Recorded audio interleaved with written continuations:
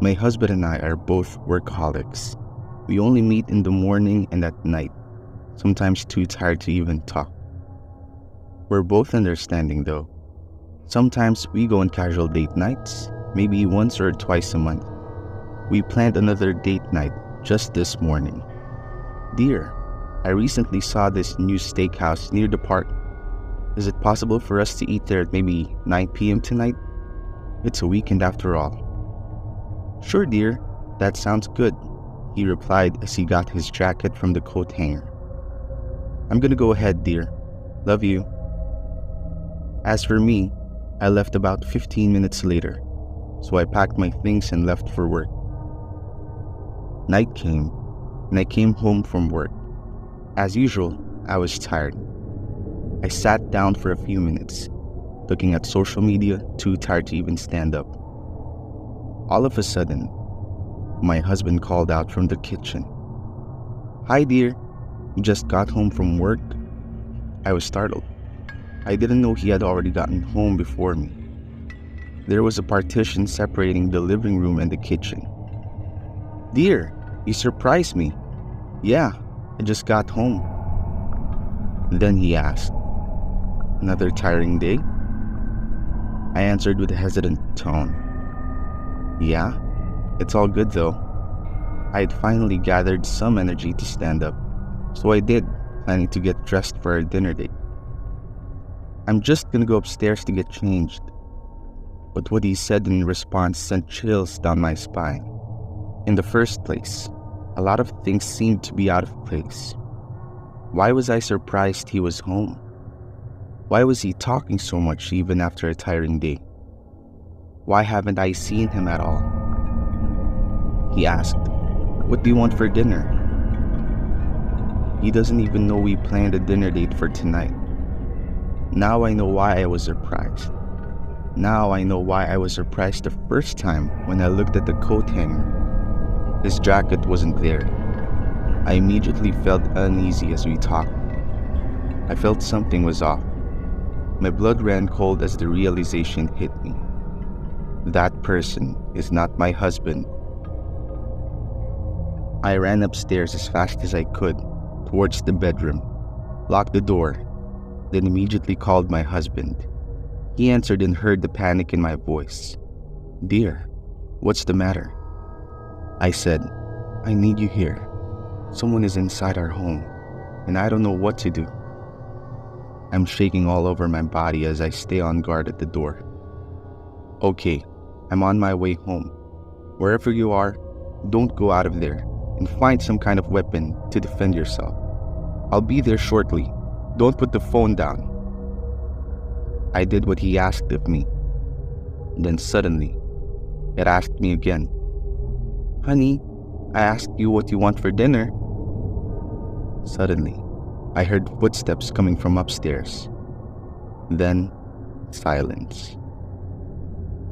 It went on for 10 seconds, and suddenly, I heard heavy, running steps.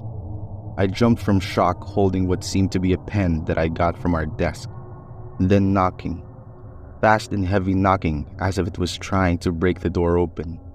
I cried for help, towards my husband and out of the window. I felt hopeless and scared. My husband spoke through the phone. Dear, I'm almost there. Please do everything to get to safety. I already called the police. But it was no use.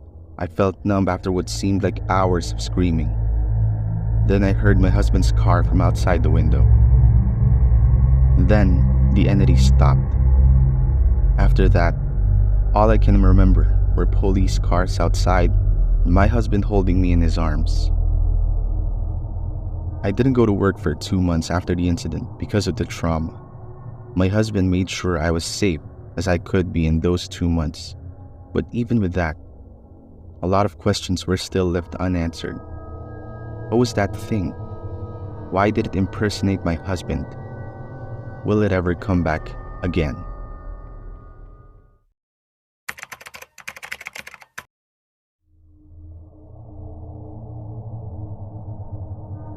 I'll never forget the night I got that call. I was deep in my sleep, the kind where you're barely conscious of your surroundings. I had a busy schedule the next day, deadlines, meetings, the usual grind.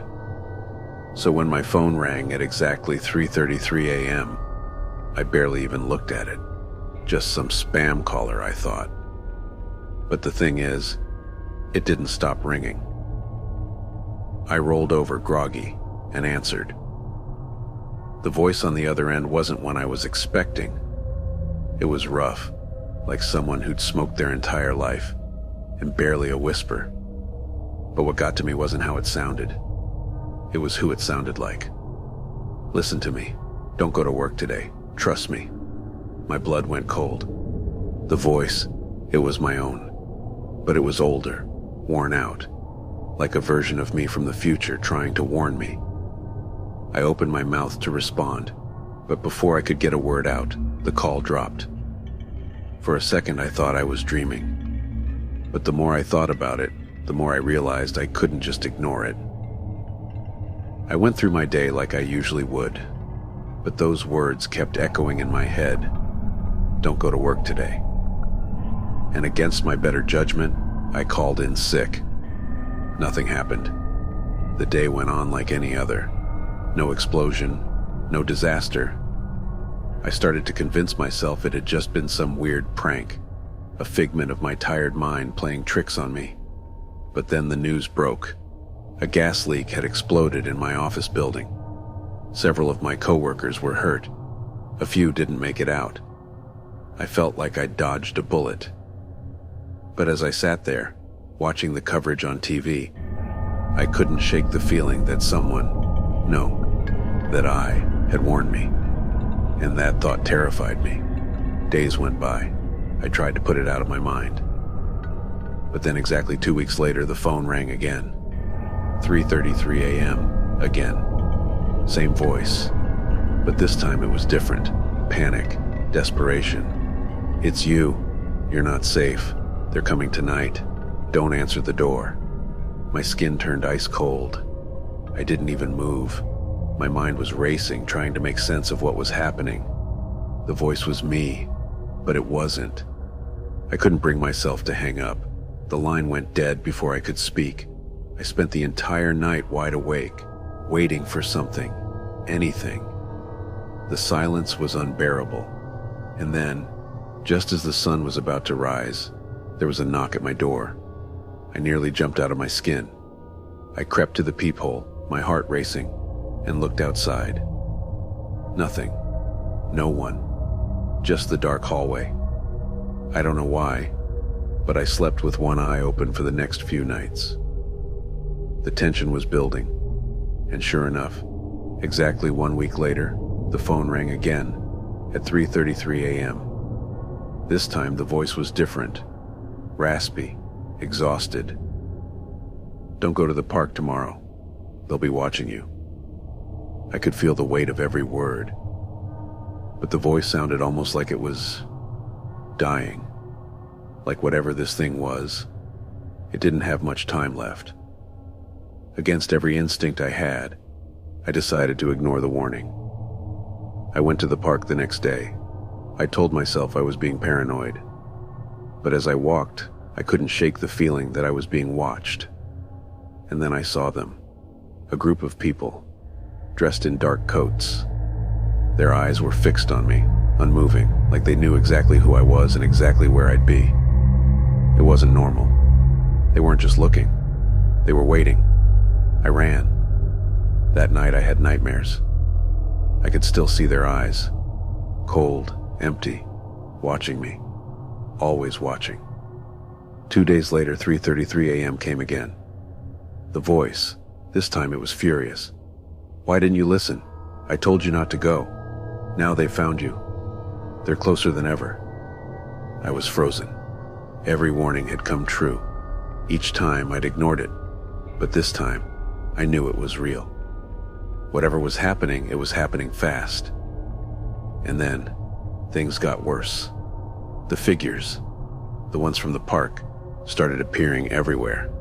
In reflections. In the windows of passing cars. They were watching me. I could feel them, even when I wasn't looking. I couldn't escape them. The final call came exactly 1 week later. It was weak, barely audible. A whisper.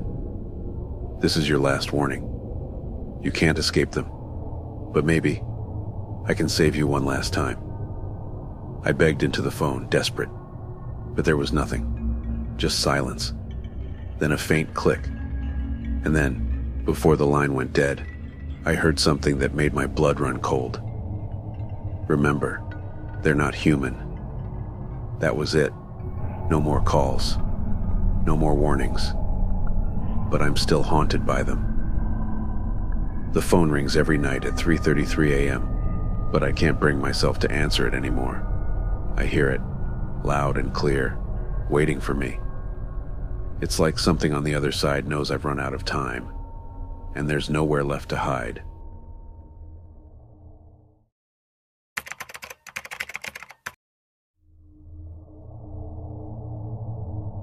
I thought I'd finally found the perfect place, a small house on a quiet street with tall trees lining the road. The rent was reasonable, and the landlord seemed friendly enough. After months of searching, I signed the lease without a second thought. At first, everything seemed fine. The house had its quirks, creaky floors, drafty windows, but nothing out of the ordinary. That is, until the noises started.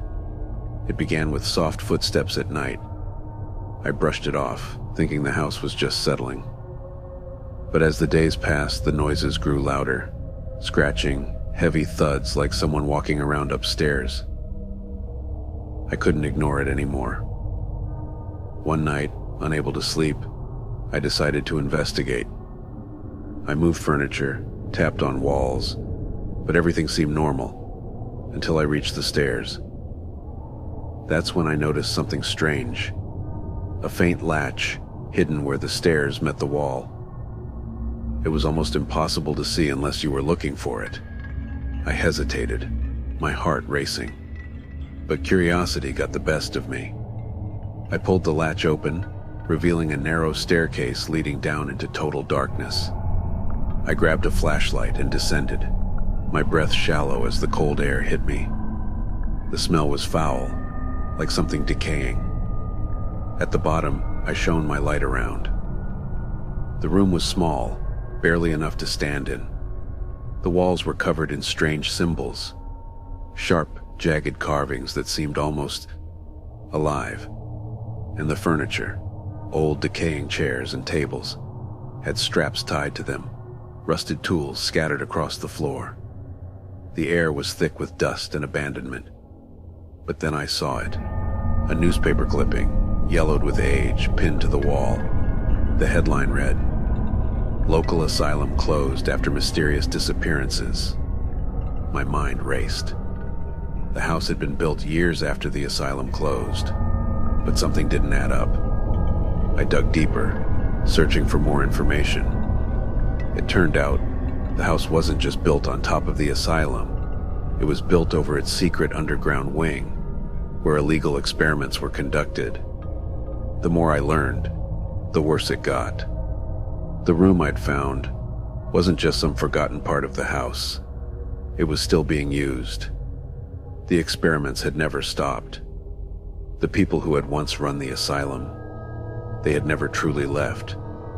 The noises I had heard, they weren't upstairs. They were coming from below.